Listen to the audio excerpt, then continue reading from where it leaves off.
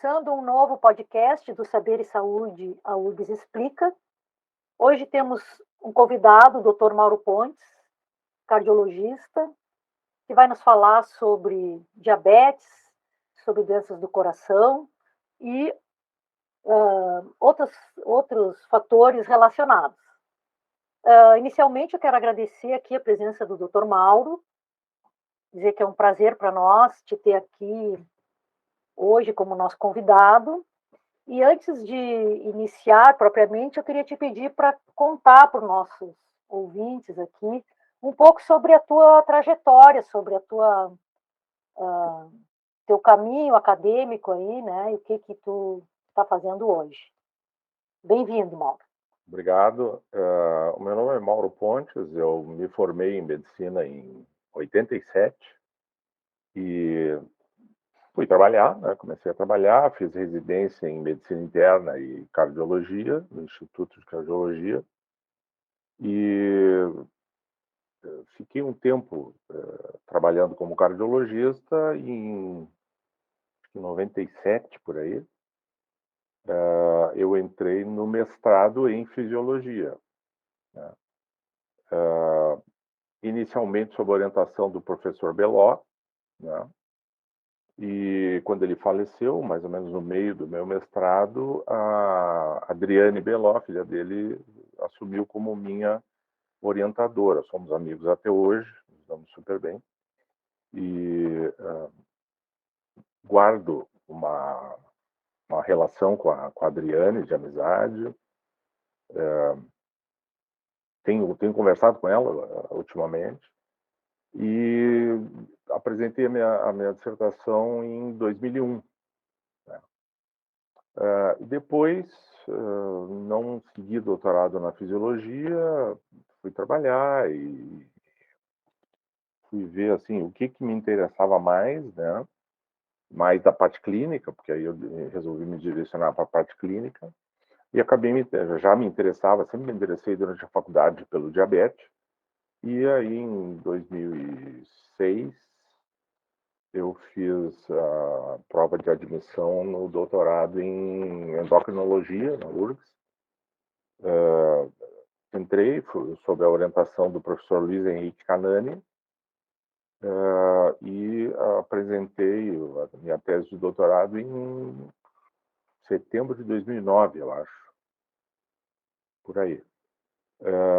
Logo em seguida, comecei a trabalhar na Santa Casa e fiz o concurso para professor de farmacologia, que eu já há muito tempo eu dou aula de farmacologia, dei aula na UBRA durante muito tempo. E então acabei entrando no concurso para professor de farmacologia da UFSC, onde eu continuo até hoje. Trabalho no Núcleo de Pesquisa Clínica do Rio Grande do Sul, que era do Canani, né, do Zé Henrique Canani, e dou aula na fundação. E tenho minha clínica particular. Legal, Mauro. Muito, muito bom. Não sabia da continuação aí. Eu me lembro de ti na época do mestrado e depois ali no doutorado a gente se perdeu aí. Pois é. Mas é muito interessante, né? A endócrino e a relação da endócrino com doenças cardiovasculares, né? É muito intensa. Hoje em dia existe uma disciplina chamada cardiodiabetologia. Nos Estados Unidos tem médicos especialistas na área, né? Que eu saiba, não existe ainda uma residência, né, na área, mas existe residência em cardiometabologia, né, de forma geral. Então, é uma interrelação muito grande. Se tu puder falar um pouquinho mais para nós aí dessas relações e quais são os links fisiológicos aí, ou fisiopatológicos, como é que essas coisas se ligam, seria bem interessante. De um tempo para cá, de alguns anos para cá, até mesmo décadas, 2 décadas pelo menos, tem se percebido e valorizado muito intensamente essa relação entre metabolismo e doenças do coração, né? Isso está ligado à hipertensão, à dislipidemia, à obesidade, ao diabetes. Mais recentemente, se linkou isso com a doença hepática gordurosa não alcoólica, né? Então, na verdade, a gente pode chamar, e os autores já estão começando a chamar isso, de síndrome do diabetes, né? Em que existe um link muito, uma inter-relação, uma prevalência muito grande das diferentes alterações do metabolismo intermediário, diabetes, obesidade, dislipidemia, hipertensão, e isso vai acabar gerando doença cardíaca, né? Seja resistência insulínica, que é um link muito importante que junta todas essas coisas, né? E a prevalência, a coprevalência dessas alterações fisiopatológicas é muito grande. E cada uma delas aumenta o risco cardiovascular, né? Então, os pacientes geralmente começam um paciente obeso que acaba desenvolvendo disglicemia nas diversas fases, e que vai acabando lesando as artérias e o coração também, diretamente, e acaba apresentando doença cardiovascular, seja doença aterosclerótica, né? Aumenta a incidência de infarto, AVC, etc., doença arterial periférica, e seja também por insuficiência cardíaca, por miocardiopatia diabética, né? Então, a incidência dessas duas formas de doença cardiovascular aumentou muito, né? E tem se dado muita atenção para essa relação, né? Essa relação com a dislipidemia é bem tranquilo, assim, para mim de entender, que vá obstruindo as artérias e tal, né? Mas a hiperglicemia eu sempre acho um pouco difícil de relacionar com as alterações cardiovasculares. Existem muitos estudos, né? Mas parece que não é uma coisa tão clara assim, né? A relação fisiopatológica mesmo. A hiperglicemia, na verdade, não é só hiperglicemia, né? Existe todo um grande corolário de alterações metabólicas no paciente diabético, né? Então, a resistência insulínica, que é o chamado solo comum de todas essas alterações, mas se acompanha de uma série de outras alterações de lipidemia aterogênica, né, com HDL baixo, triglicerídeo alto e aumento da lipoproteína pequena e densa, né, que é uma dislipidemia muito típica do paciente diabético obeso, né? Então, essa dislipidemia, que, por incrível que pareça, não tem como sua principal alteração o aumento do LDL, né? Então, assim, o LDL não aumenta muito, o que aumenta é a forma pequena e densa do LDL, que é extremamente heterogênica, junto com HDL baixo e triglicerídeo alto, né?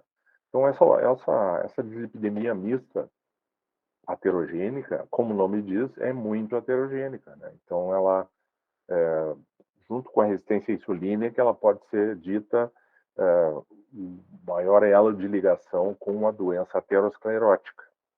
A insuficiência cardíaca, função ventricular, é muito comum também no paciente diabético, especialmente no diabético de longa duração, e os mecanismos que explicam essa relação são, alguns deles são semelhantes, né? Mas alguns também pode se explicar por uma agressão direta, seja da glicose, seja dos lipídios, seja de outros substratos do metabolismo que estão alterados pela desglicemia. Então, existe a glicotoxicidade, a lipotoxicidade. Estudos de ressonância mostram que existe um depósito de gotículas lipídicas, especialmente de triglicerídeos, no músculo cardíaco, né? Então, quer dizer, a agressão direta do miocárdio por glicose, lipídios, enfim, e podem explicar o porquê que que a insuficiência cardíaca é mais frequente, mais prevalente no paciente com diabetes. E o contrário, né? O diabetes é mais prevalente no paciente com insuficiência cardíaca. Prof, não sei se eu chamo de prof, se doutor, enfim. Mauro? Prof. Mauro, então, o senhor usou o termo como síndrome diabética, né? E para mim, particularmente, quando você falou todos esses componentes da síndrome diabética, automaticamente veio na minha cabeça a síndrome metabólica. Ela se difere? Difere em algum ponto? Tem alguma característica faltante que desengloba uma da outra ou elas são concomitantes? É muito comum que o paciente diabético obeso tenha síndrome metabólica, né? Mas a síndrome metabólica é composta por dislipidemia, desglicemia, hipertensão, normalmente excesso de peso, mas isso não necessariamente é um critério diagnóstico. Outro critério diagnóstico é a circunferência da cintura, né? Que é um marcador de obesidade, mas obesidade central, né?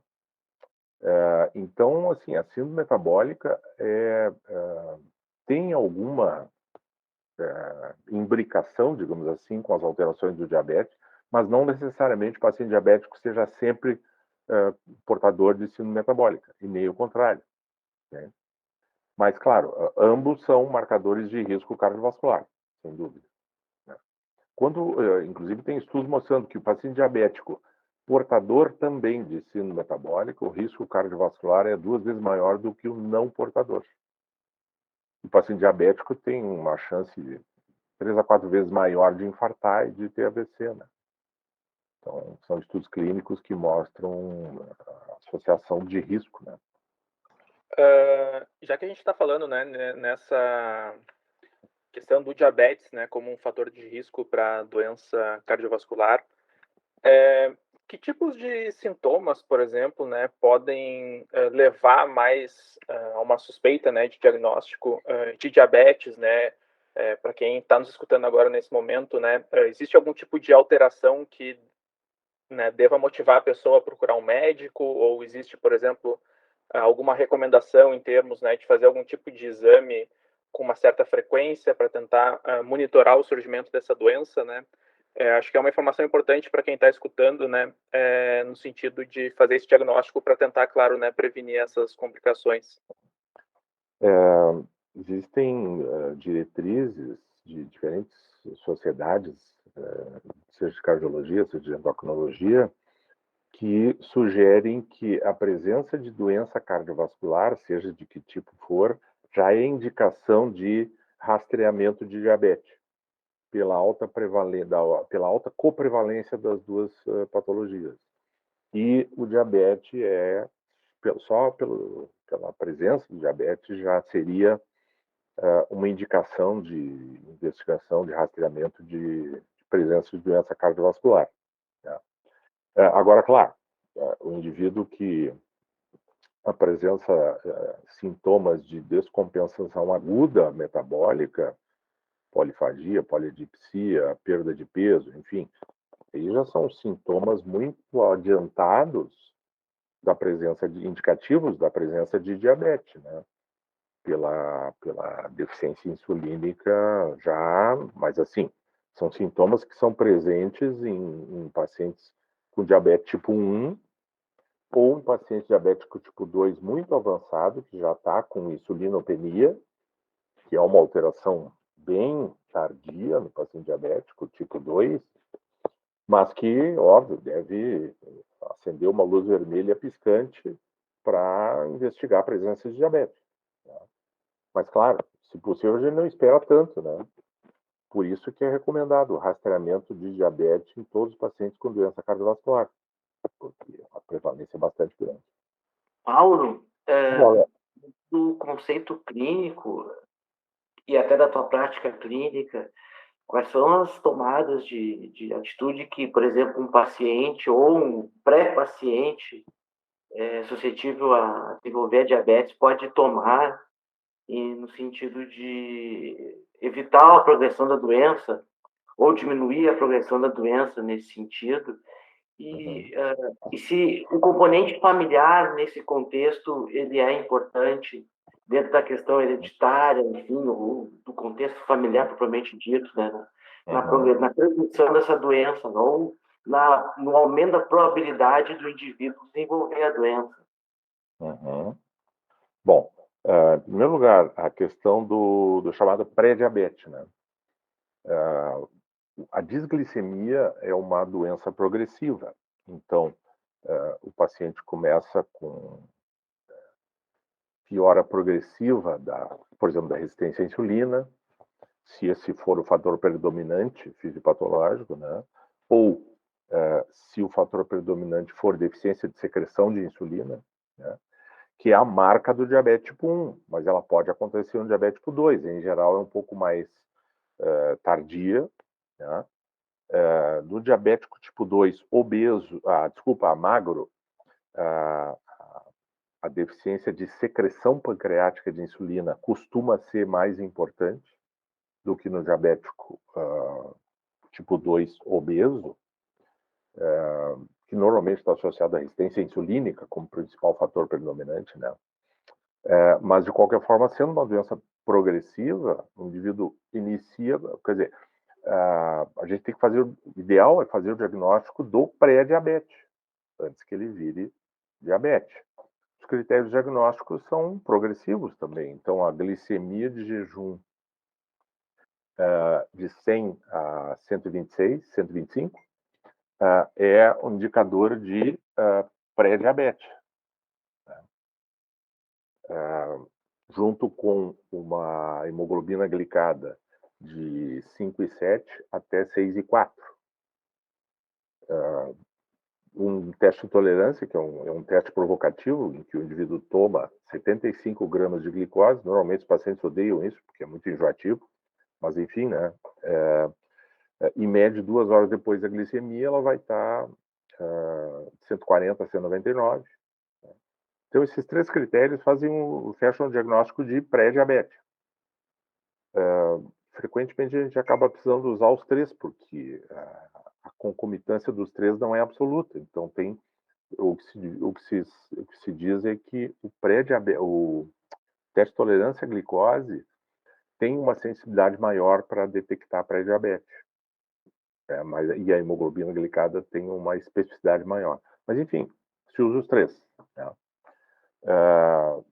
E, à medida que o indivíduo segue com aquele ambiente tóxico do ponto de vista metabólico, a doença vai progredindo, a resistência à insulina vai se fazendo de forma mais importante, existe uma falência pancreática, no sentido de não conseguir produzir mais insulina para compensar a resistência, né?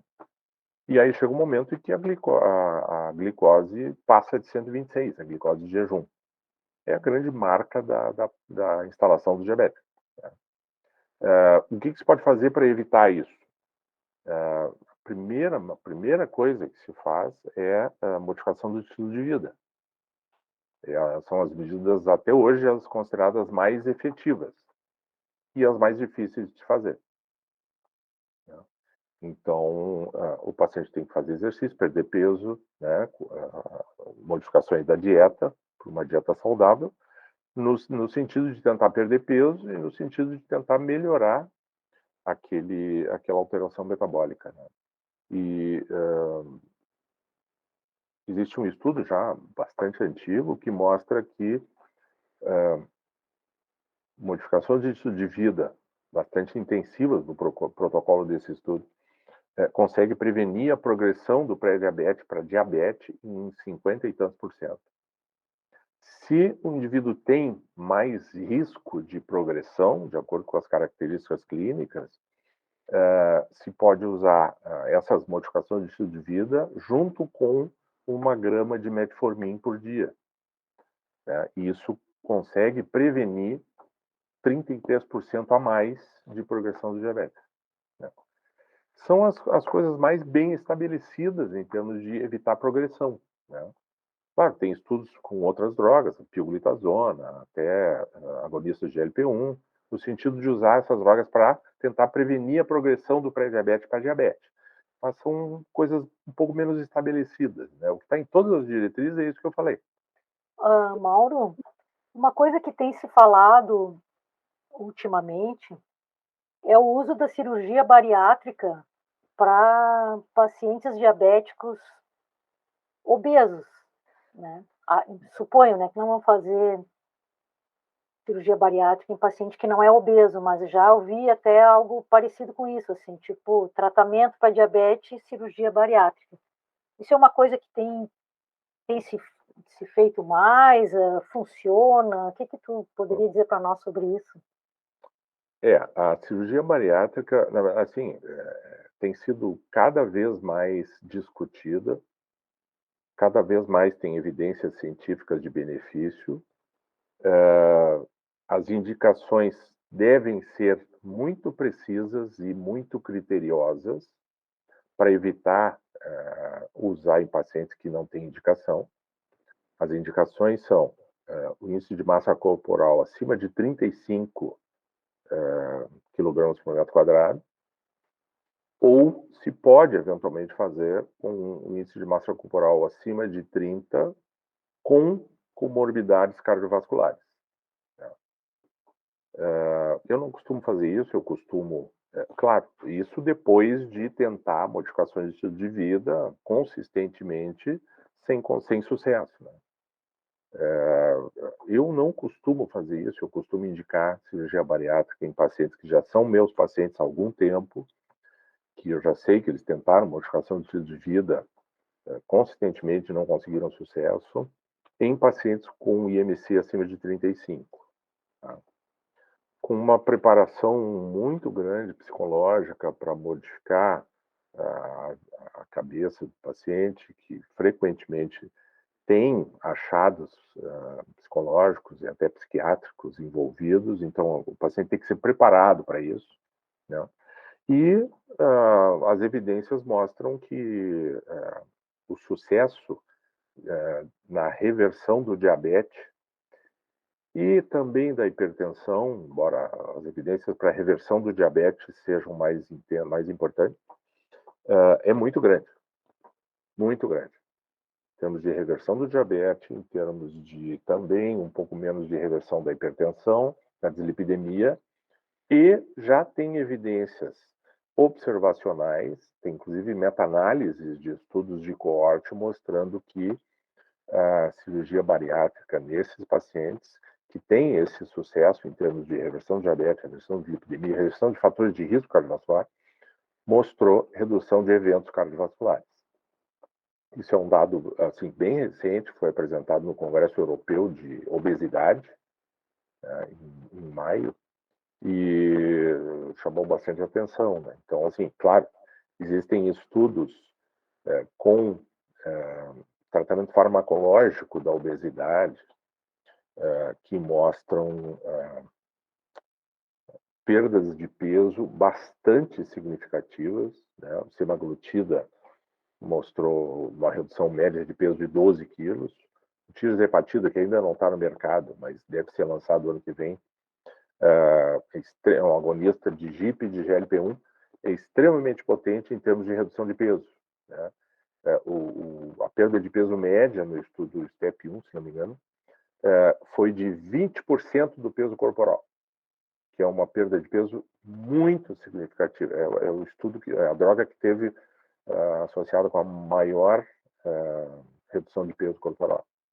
E isso tem andamento estudo para semaglutida e para tirzepatida em termos de redução de eventos cardiovasculares também. Mas isso aí deve sair para 2024, por aí, esses estudos. Ou seja, por enquanto a cirurgia bariátrica é quase que imbatível em termos de redução desses níveis assim de redução importante mesmo de peso corporal. Talvez a gente daqui a pouco tenha drogas que tenham o mesmo sucesso da cirurgia bariátrica. Prof, nessa tentativa de ter os mesmos efeitos da cirurgia bariátrica, mas com uma menos invasividade, tem as técnicas de vagotomia. E pelo que eu vi esse tempo atrás, já está sendo empregada no Brasil também, né? agora eu não me recordo em qual lugar específico que estão fazendo em humanos, não vi ainda. Mas o que o senhor acha disso? Porque, em teoria, eles partiram, em teoria, claro, tem experimental em animal, básico e tudo mais, de que pelo menos a DGYR, aquela, enfim, o prof sabe explicando para quem está ouvindo que é a mais utilizada, que é aquela cirurgia mista que reduz o estômago e deixa 5% só da parte dele, liga diretamente no intestino, o esôfago. Está falando do YRU, né? Isso, DGYR, eu só falo a sigla. E que quando é feita essa cirurgia, acaba rompendo já, desinervando ou rompendo o nervo vago. Aí, nesse pressuposto, enfim, não sei explicar o certo, então estou o senhor para me corrigir e falar, estão fazendo a técnica da vagotomia, para denervar, então, essa parte do vago para o pâncreas, e ter os mesmos efeitos, só que sem toda essa agressividade da cirurgia bariátrica, da de Roux. Do ponto de vista clínico, eu não conheço estudos importantes, assim, com um número grande de pacientes, testando essa técnica em termos de reversão do diabetes. Não conheço. Conheço a cirurgia, já tive alguns pacientes, acho que 15 ou 20 pacientes que fizeram o Y de Roux, né? Vários deles com bastante sucesso em termos de perda de peso e vários com bastante sucesso em termos de reversão do diabetes. Né? Do ponto de vista de ciência básica, de bancada, faz sentido a técnica de denervação vagal para, enfim, esses pacientes obesos, né, diabéticos. Mas que eu saiba, não tem, assim, já nesse momento, uma aplicabilidade clínica mesmo em termos de pesquisa clínica. Não conheço. Mauro, me corrige se eu estiver errado, tá? Então, na verdade, o mais importante nesse caso é diminuir o peso, né? Para reverter a diabetes e, em consequência, também reverter as alterações cardiovasculares, tá certo? O ponto-chave aí seria diminuir o peso? O que se diz é que o grande solo comum de todas essas alterações cardiometabólicas, digamos assim, é a resistência à insulina. Né? Claro, essas alterações metabólicas elas podem ocorrer em presença de diabetes e podem ocorrer em pacientes não diabéticos ainda. Né? Mas a resistência à insulina está presente em praticamente todos. Você sabe que a cirurgia bariátrica, pela redução de peso, reduz a resistência à insulina. Né? Tem estudos avaliando diferentes tipos de cirurgia que, na verdade, começa a ser chamada não de cirurgia bariátrica, mas de cirurgia metabólica, né? Para influir nesse processo todo. A gente sabe que existe uma relação muito importante entre excesso de peso e resistência insulínica. O excesso de peso, por si só, é um fator de risco para a doença cardiovascular, independente da presença de resistência à insulina. Né? Então, isso acaba ficando muito imbricado. Assim, é difícil a gente avaliar o impacto individual de cada uma dessas alterações, porque elas muito frequentemente estão juntas, né? E fisiopatologicamente ligadas entre si. Então, é muito difícil a gente isolar o efeito de cada uma. O que é certo é que, como é que eu vou dizer, manobras que reduzam o peso são, na grande maioria das vezes, associadas à redução de desglicemia, até reversão do diabetes, com alguma frequência, redução da hipertensão e redução, está começando a se mostrar agora, redução de desfechos cardiovasculares. Né? Agora, se foi a redução de peso, se foi a melhora do diabetes, se foi a melhora da dislipidemia, se foi tudo junto, né? É difícil isolar o efeito secundário. O prof falou sobre os critérios, né, de avaliação para diagnóstico, né, de diabetes, como insulina, glicemia, hemoglobina glicada, ingestão de glicose, intolerância oral de glicose e tudo mais. E é feito daí aquele índice de Roma, né, para avaliação. E eu tenho visto também uma avaliação, eu não sei se em humanos agora de novo, né, é feito também a avaliação da glicemia, que é um índice TIG, eu acho que eles falam da glicemia em relação ao triglicerídeos, que antes o professor comentou sobre essa questão, né, de tanto a glicose quanto os lipídios terem esse impacto nas paredes cardíacas, nos vasos. E eu tenho lido sobre essa relação, às vezes estar presente e não, essa razão, não sei qual é o cálculo, e não ter a resistência à insulina. Mas ter essa alteração levando também a essas alterações similares da diabetes, esses efeitos similares da diabetes no sistema cardiovascular. Não sei se eu fui muito claro, não sei se pode ser considerado ou não. Na verdade, assim, existem estudos avaliando qual é o melhor marcador de risco cardiovascular, né, em pacientes com diabetes, obesidade, etc. Os marcadores lipídicos são muito estudados, né? E não se sabe ainda exatamente qual é o melhor marcador, né?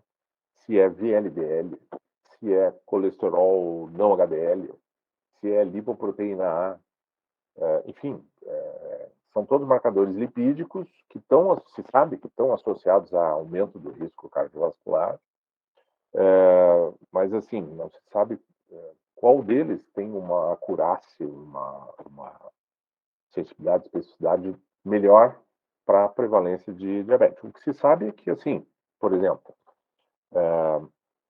glicemia pós-prandial tem uma capacidade melhor de prever doença cardiovascular do que a glicemia de jejum. Isso já é sabido, comprovado, né? Agora, dos marcadores lipídicos, que eu saiba, ainda não se tem.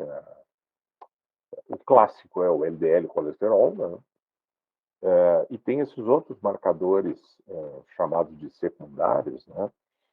Que são alvos secundários, né? Ou seja, o diabético com doença cardiovascular, a gente deve buscar atingir um LDL de 55 para baixo, isso é bastante baixo, né? E também um colesterol não HDL 85 para baixo. O não HDL geralmente é 30 miligramas por decilitro a mais do que o LDL. E o colesterol não HDL inclui o triglicerídeo. Então, assim, dos marcadores lipídicos que abrangem triglicerídeos, que eu saiba, o colesterol não HDL é o que está mais, que tem mais estudos, mais evidências de benefício em termos de capacidade de predição de doença cardiovascular. Eu conheço já li sobre essa razão glicose e triglicerídeo, mas que eu saiba não existem estudos mais clínicos, assim, em termos de capacidade de predição. De qualquer forma, o colesterol não HDL é um marcador secundário que já está na prática clínica, já tem indicação e diretriz como alvo secundário do tratamento da dislipidemia e com bastante sucesso. Mauro, em relação às outras doenças endócrinas que possam ser assim relacionadas com doenças cardiovasculares, o que me vem à cabeça imediatamente é a tireoide, né? Hipertireoidismo, mas eu não sei se tu poderia falar um pouco para nós de outras doenças relacionadas que não a diabetes. Assim, a tireoide é a mais óbvia, né? Claro que tem doença de Addison, pode ter um pouco também, enfim, Mas, assim, as mais comuns, digamos assim, no consultório, são as doenças da tireoide e o diabetes, né? Então, assim, em termos de associação entre doença da tireoide com doença cardiovascular, do ponto de vista de hipotireoidismo, existe uma relação bem mais fraca, né?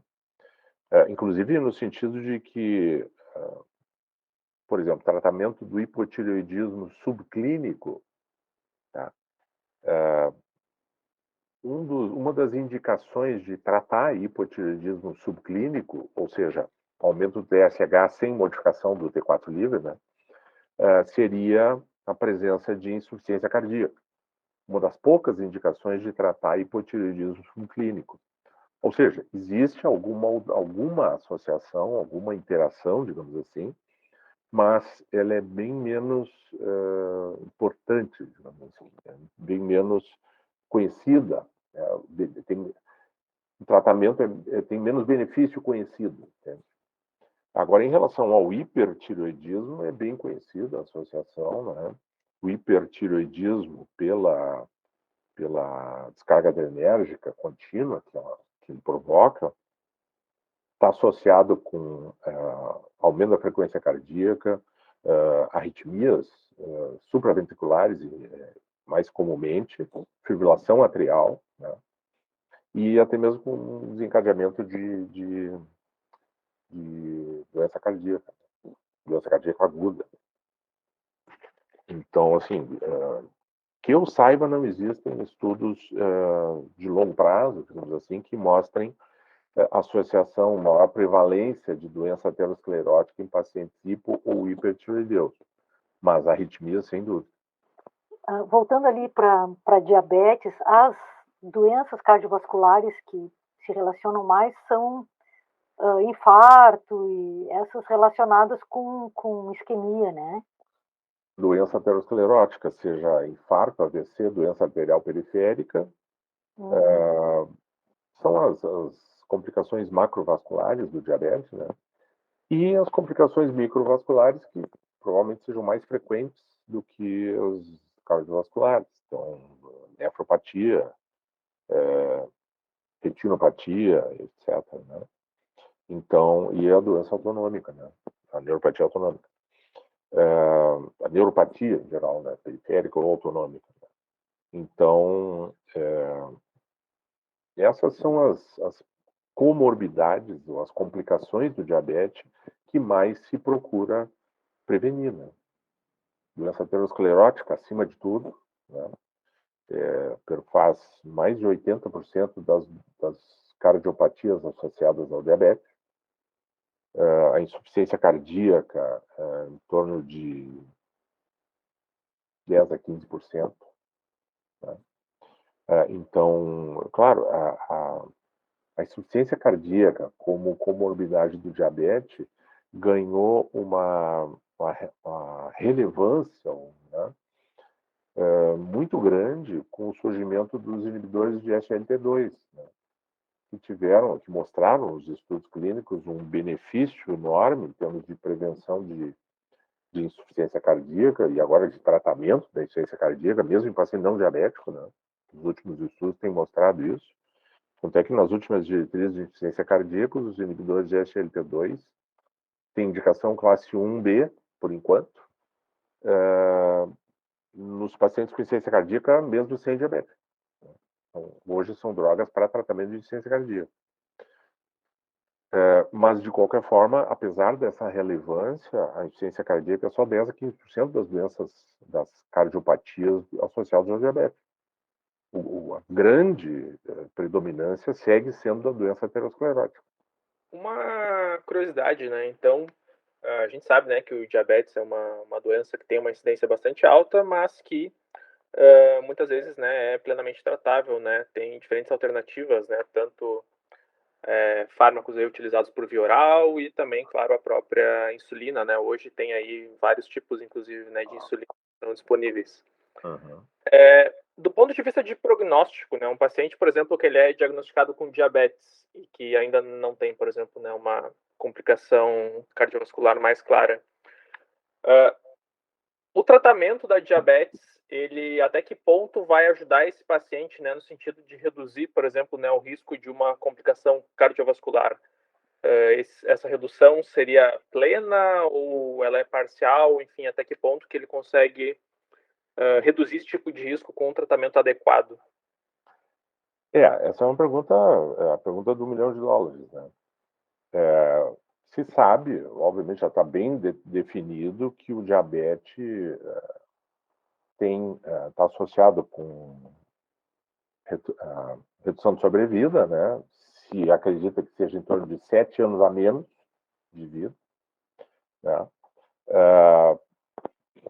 As causas de morte, digamos assim, são variadas, existem alterações em diferentes sistemas corporais que são afetados pelo diabetes que podem levar à morte.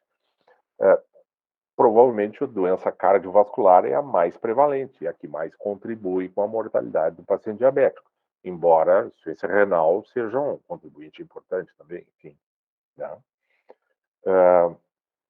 Até dissecção de aorta está associado com diabetes, né? Mas, assim, a doença aterosclerótica é um grande culpado, digamos assim, dessa perda de anos de vida no paciente diabético. E em relação ao prognóstico da doença aterosclerótica e o prognóstico em termos de sobrevida no paciente diabético, a gente, nos últimos anos, fez muitos avanços, né? Então, a gente tem várias drogas que conseguem impactar positivamente nesse prognóstico do paciente diabético por via da redução de eventos ateroscleróticos, né? Então, a partir de 2008, em 2007 foi publicada uma meta-análise de qualidade, depois se viu que era de qualidade duvidosa, que mostrou que a rosiglitazona aumentava o risco de infarto. Na época, a rosiglitazona era um dos fármacos mais vendidos nos Estados Unidos, somando todos os fármacos, né? Então, foi um impacto muito grande essa meta-análise e, inclusive, assim, a empresa quase faliu, né? Mas isso foi questionado logo adiante. A empresa publicou um estudo que estava em andamento, estudo recorde, que foi publicado logo a seguir, né, e que mostrou que não era bem assim. A pioglitazona, que é uma prima da rosiglitazona, mas que tem algumas características. Essa pioglitazona tem assim, um mecanismo de ação um pouquinho diferente, e aí benefício cardiovascular, inclusive, né? Então, a pioglitazona segue sendo usada, é uma droga, apesar de ser bastante benéfica do ponto de vista de aterosclerose, ela tem uma ação colateral, um efeito colateral que é aumento da reabsorção de sódio no túbulo coletor, e isso acaba se associando a um pouco de edema e aumento de casos de insuficiência cardíaca, né? Então, os 3 ou 4 grandes estudos de pioglitazona mostram uma associação com insuficiência cardíaca, mas sem aumento de morte por insuficiência cardíaca, tá? Então, assim, a pioglitazona é uma droga que tem evidências bastante convincentes de redução de eventos ateroscleróticos, né? E, no entanto, ficou um pouco prejudicada. Inclusive, os cardiologistas usam um pouco pioglitazona. Os endócrinos usam muito, né? Os análogos de LP1 são antidiabéticos um pouco mais novos, são drogas que mexem no efeito incretínico, além de outros mecanismos, e que têm benefícios ateroscleróticos muito significativos, né? Os estudos clínicos com os representantes dessa classe e as meta-análises que foram feitas mostraram redução de infarto, redução de AVC, melhora na evolução da doença arterial periférica e redução de morte global, né? por redução de eventos ateroscleróticos. Ou seja, respondendo a tua pergunta, eu não sei se eu poderia dizer quantos anos o tratamento do diabetes com essas drogas associadas a benefício cardiovascular pode devolver para o paciente diabético que perdeu 7 no momento do diagnóstico, né? Mas, com certeza, essas drogas têm... Os inibidores de SGLT2 também têm benefício, embora seja um pouco mais direcionado para a insuficiência cardíaca, o benefício. Mas, de qualquer forma, essas drogas novas, mais novas, de tratamento do diabetes e também redução de desfechos cardiovasculares, com certeza recupera um pouco, melhora um pouco desse prognóstico. Mauro, como é que estão as estatísticas de pacientes diabéticos aqui no Brasil e se esse número tende a aumentar ou diminuir, enfim, como é que estão essas estatísticas? No Brasil, nós temos em torno de 11% da população tem diabetes, tá? Grosso modo. O estudo Courage, não é Courage, daqui a pouco eu me lembro o nome do estudo. É um estudo observacional que foi feito em todo o mundo, avaliando o status do diabetes dos pacientes das 5 grandes regiões do mundo, né? E no Brasil tem um subestudo mostrando os dados brasileiros. Mostra que, infelizmente, os pacientes diabéticos continuam 60% a 70% deles continuam fora da meta da hemoglobina glicada, né? Quase 50% deles têm doença cardiovascular já estabelecida, e 15% deles usam para o tratamento de diabetes alguma das drogas com benefício cardiovascular. Ou seja, o nosso perfil é triste. A vantagem é que a gente tem opções terapêuticas que impactam positivamente nesse risco cardiovascular aumentado, né? A questão é que só vai trazer benefício se for usado. Mas isso é comum no mundo todo, na verdade, né? O subtratamento é comum no mundo todo. Mauro, falando assim de uma maneira então mais leiga para o pessoal sobre essa questão da importância da medicação e se você puder explicar um pouquinho sobre o porquê a falta de tratamento durante, agora pensando no diabetes, sem o impacto só do cardiovascular, na necrose, que leva para amputação, enfim, que também leva a outras questões de impacto na qualidade de vida do indivíduo e também caminha para um problema cardiovascular agravante, né? Após uma amputação. Sim. E a falta de movimento, sedentarismo que acaba meio obrigatório. Foram feitos 3 grandes estudos, o VADT, o ACCORD e o CAPEDES, lá na década de 2000, 2006, 2008, por aí, que testaram a hipótese de que um controle glicêmico intensivo com meta, um deles com meta de 7% de hemoglobina glicada, o ACCORD com meta de 6,5%, enfim, testando o papel, enfim, o efeito do tratamento glicêmico intensivo só glicose. Tá? Claro, no protocolo tinha todos os outros cuidados, mas assim, o que estava sendo testado mesmo era o tratamento glicêmico intensivo e morte cardiovascular e mortalidade global. Tá? Esses estudos, infelizmente, foram associados com uma incidência maior de hipoglicemia, que é de se esperar, né? Porque na época se tinha pouca coisa para o tratamento do diabetes. O metformin estava sendo testado, inclusive, né? Do ponto de vista cardiovascular. O CAPEDES mostrou que o metformin, num subgrupo lá de obesos, teve redução de eventos cardiovasculares. Foi a primeira droga que mostrou isso. Os outros estudos mostraram o efeito neutro do ponto de vista de redução de desfecho cardiovascular, e o acorde, que tinha uma meta mais agressiva, portanto, precisava usar mais sulfonilureias, precisava usar mais insulina, né, ele mostrou um aumento de mortalidade cardiovascular por hipoglicemia. Ou seja, as evidências para benefício de tratamento glicêmico intensivo são muito pobres. Depois fez meta-análise desses estudos e tal, então os pacientes que não tiveram hipoglicemia tiveram redução de desfecho cardiovascular, redução de infarto e tal.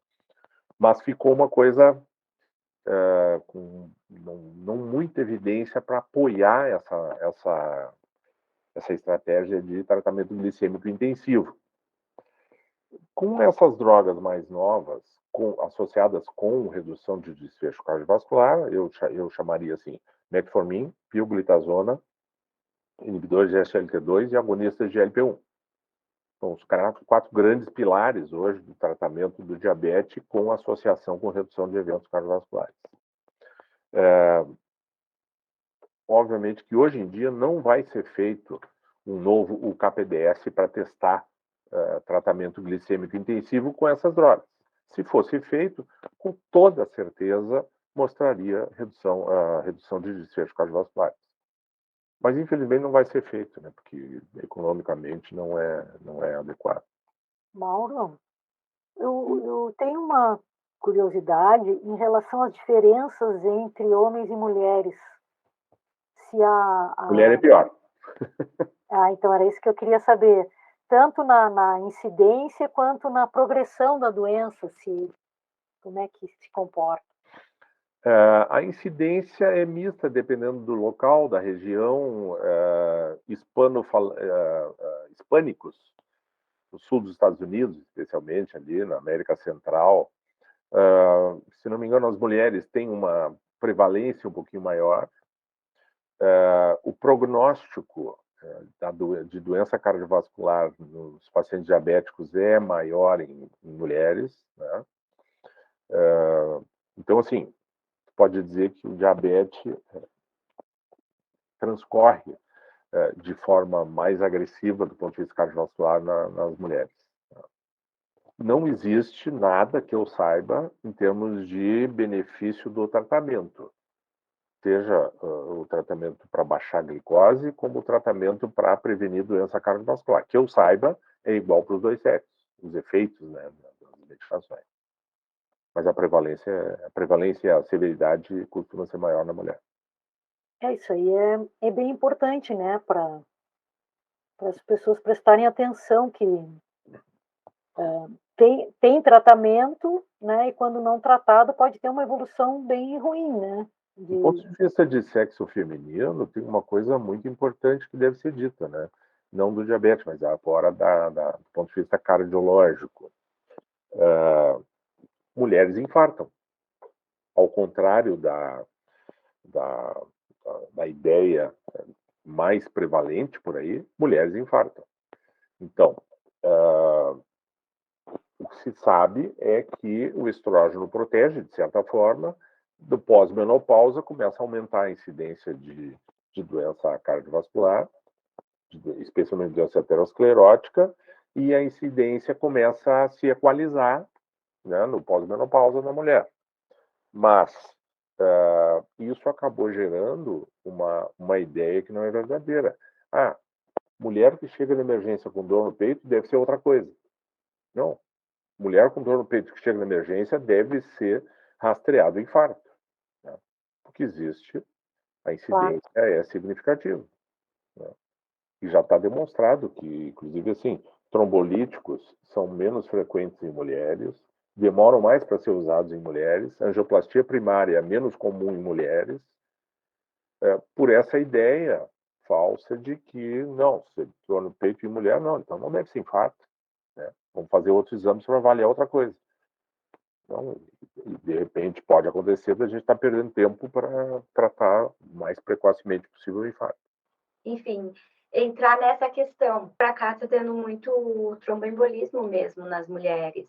E não antes tinha aquela questão mais associada ao anticoncepcional. Mas agora não, são em mulheres que não usufruem, ou em estado pré ou pós-menopausa. Aí eu não sei se tem, claro, é recente aqui no município, essa situação que está acometendo, mas se tem alguma informação a nível nacional, eu moro em Cascavel, no Paraná. Sobre a incidência de tromboembolismo, está falando? Isso, não associado só ao anticoncepcional, ao Como contraceptivo. Sim, sim. O que se sabe, até onde eu sei, eu conversei recentemente com uma grande especialista de doenças pulmonares tromboembólicas. O que se sabe é que a incidência de tromboembolismo venoso, trombose venosa profunda, embolia pulmonar, enfim, os fatores de risco para tromboembolismo venoso na mulher e no homem são muito parecidos. A única diferença é o anticoncepcional oral, né? Mas mulheres têm tromboembolismo porque viajam 12 horas sentadas no avião, assim como os homens, né? Enfim, os fatores de risco são os mesmos. Hipercoagulabilidade por doença de hipercoagulabilidade, enfim, né? Os fatores de risco são os mesmos e a incidência de tromboembolismo é tão importante na mulher como no homem, né? O ambiente fosfolipídio é um pouco mais comum em mulheres, mas enfim, né, tem homens também. Então, os fatores de risco não genéticos com certeza são os mesmos com uma prevalência semelhante, né? Fator 5 de Leiden, se não me engano, é equilibrada a prevalência em um sexo e no outro, mas assim, a grande diferença é do... Não estou dizendo que mulher que não usa anticoncepcional não tem tromboembolismo, pelo contrário, tem tanto quanto o homem, né? Mauro, fala um pouco para nós sobre os sintomas que devem chamar a atenção das doenças cardiovasculares, assim, porque a gente normalmente pensa em dor no peito, falta de ar, mas também tem outros sintomas, né, que podem estar relacionados, que não são esses clássicos, né? Uhum. Acho que a primeira coisa que deve chamar a atenção é a presença de fatores de risco cardiovascular, né? Tentando pensar nisso antes da doença se estabelecer, né? A gente se dá conta que o paciente hipertenso, diabético, dislipidêmico, obeso, fumante, enfim, ele está numa... Eu sempre explico para os pacientes que isso é o primeiro degrau, tá? A presença de fatores de risco. Isso vai gerar um ambiente vascular, digamos assim, de inflamação subclínica, de baixo grau, enfim, né? E isso vai acabar sendo o motor para deposição de lipídios na parede arterial, que é o fenômeno inicial da aterosclerose, né? E aí, quando a gente vai fazer um rastreamento, uma avaliação cardiovascular, e aí pede uma ecodoppler de carótidas e identifica uma placa de ateroma numa carótida, né, de 20%. Seguramente a carótida é uma grande artéria, seguramente não, essa placa não vai ter um impacto, pelo menos a maior parte delas não vai ter tempo de crescer a ponto de causar estenose ou oclusão carotídea, ou seja, o efeito dessa placa não é predominantemente local, ou seja, incidência de AVC aumentada, né? Mas é um achado muito importante no sentido que mostra uma tendência de deposição de colesterol na parede arterial. E o sangue que passa nas outras artérias é o mesmo que passa na carótida. Eu sempre brinco, né? O colesterol é que escolhe para onde é que ele vai, né? Qual é a artéria que ele vai infiltrar. Então, a gente vê com alguma frequência aterosclerose em mais de um leito vascular, mas o mais frequente é afetar um leito vascular apenas, né? Então, aí, quando isso já existe, já é o segundo degrau. Ou seja, existe uma progressão, assim como no diabetes, existe uma progressão no estabelecimento da doença cardiovascular. E a gente deve estar ligado em todos os momentos no sentido de tentar reverter essa progressão. E eu explico isso para os pacientes. Qual é o degrau que ele está? Né? Aí, bom, daqui a pouco ele infarta e aí já é o terceiro degrau. E aí ele infarta 3 vezes, tem uma disfunção ventricular, começa com sinais de insuficiência cardíaca, isso já é o quarto degrau. Né? E a progressão é essa. Né? A gente deve, em cada momento, lembrar que isso é uma doença também progressiva e fazer todos os esforços no sentido de tentar reduzir essa progressão e aumentar a sobrevida do paciente. Uma coisa que eu queria te perguntar também, que tem se falado bastante, se o paciente ele tem colesterol alto, mas não tem os outros fatores de risco, é indicado tratar com essas estatinas ou não? Claro que, assim, em tese, né? Claro, depende do paciente, mas... O tratamento dos fatores de risco impacta de forma muito significativa na redução do risco cardiovascular global. Tá? Agora, o tratamento pode ter algum malefício, como qualquer droga. Então, o tratamento do fator de risco para reduzir o risco cardiovascular global está indicado quando esse tratamento trouxer benefício na redução de risco cardiovascular para aquele paciente. Tá? São muito poucos os grupos de pacientes que não se portadores de doença aterosclerótica que não se beneficiarão de estatinas. Né? Então, em termos de prevenção secundária de doença cardiovascular, portanto, em pacientes que já têm doença cardiovascular, seja subclínica, seja clínica, ou seja portador de aterosclerose ou com infarto prévio, AVC prévio, todos eles se beneficiam de estatinas para reduzir o LDL colesterol.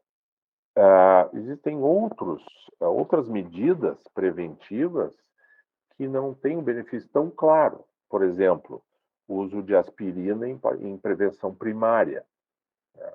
É muito discutido hoje em dia.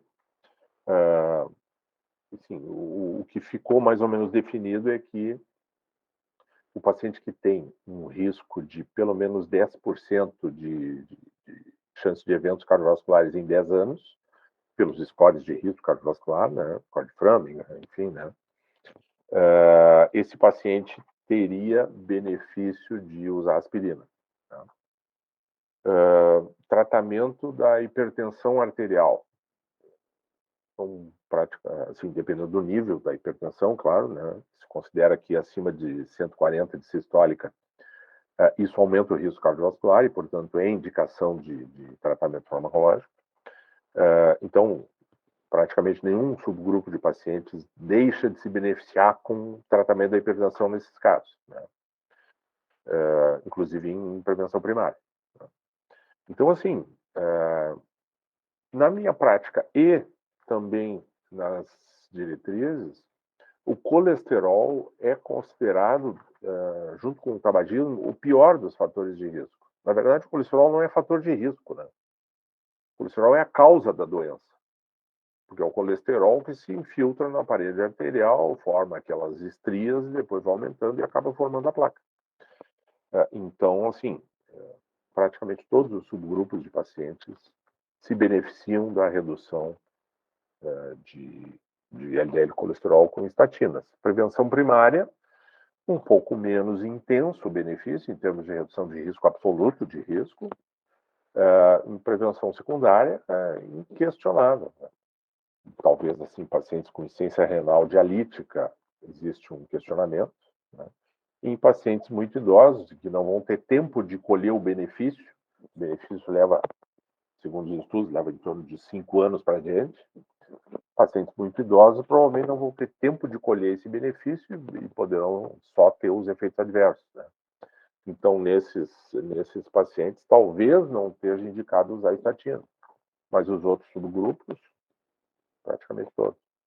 Então, Mauro, a gente agradece aí teu tempo aí, teus conhecimentos, nos ajudando a divulgar um pouco, né, mais sobre os conhecimentos que são importantes para que as pessoas possam cuidar melhor de sua saúde, né? Grande prazer conversar com o pessoal do pós-graduação em fisiologia, que foi minha casa, né, durante 3 anos. Isso aí, eu fico contente que tu é professor hoje. Professor da fundação desde 2010. Bem legal mesmo. Que a gente tem ali a nossa disciplina ali, sempre tentando estimular o pessoal a ser professor. Nossa, fisiologia me ajudou muito. Legal, gente. Eu acho que ficou bem interessante. Assim, a gente conseguiu responder muitas perguntas, né? E eu volto a agradecer aí o Mauro, dizer que a gente está à disposição quando quiser. Obrigado pela oportunidade. Divulgar aí as tuas atividades, a gente está aqui à disposição, tá? Obrigado. Um abraço aí, obrigado.